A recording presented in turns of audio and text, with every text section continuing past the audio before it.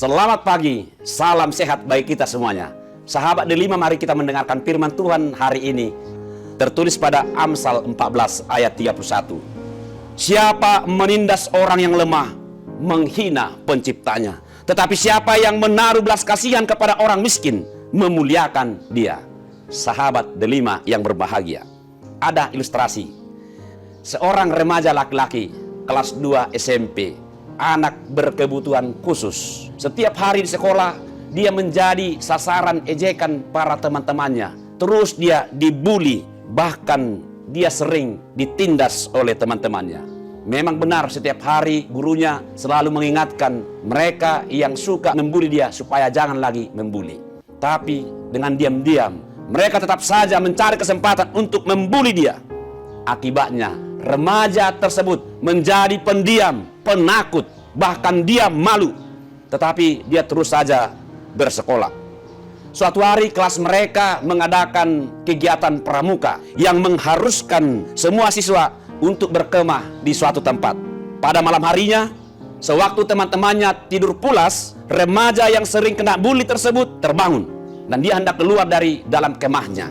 Tetapi tiba-tiba dia melihat seekor ular sedang datang mau masuk ke dalam kemah teman-temannya yang sering membuli dia. Tanpa berpikir panjang, dengan spontan dia mengambil sebuah kayu bakar dan dia memukul ular sampai mati.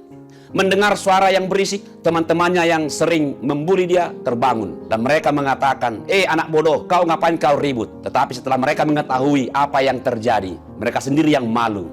Mereka bahkan meminta maaf dan berterima kasih kepadanya. Walaupun dia lemah, walaupun dia anak berkebutuhan khusus, tetapi siapa sangka dia dipakai oleh Allah menjadi pahlawan bagi teman-temannya yang membuli dia. Saudara yang dikasihi Kristus, peristiwa ini mengingatkan kita supaya jangan pernah menindas orang lemah. Bagaimanapun keadaan seseorang, dia sama dengan kita sebagai ciptaan Tuhan. Dalam firman Tuhan hari ini dengan tegas berkata, siapa menindas orang yang lemah, menghina penciptanya. Tetapi siapa menaruh belas kasihan kepada orang miskin, memuliakan dia.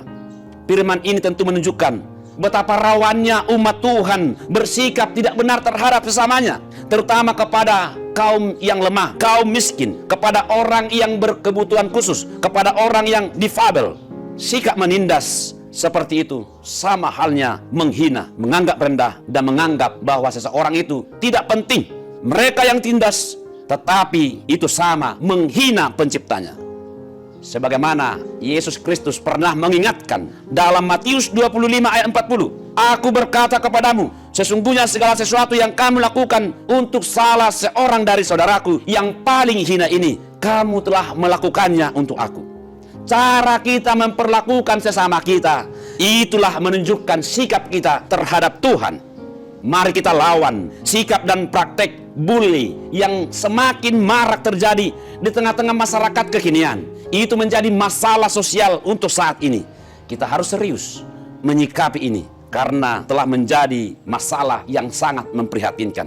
Di mana terjadi pembulian, sebenarnya di situ terjadi penghinaan kepada Tuhan. Tuhan akan murka, dan praktek bully ini telah mengikis rasa cinta kasih yang ditanamkan oleh Kristus dalam diri manusia.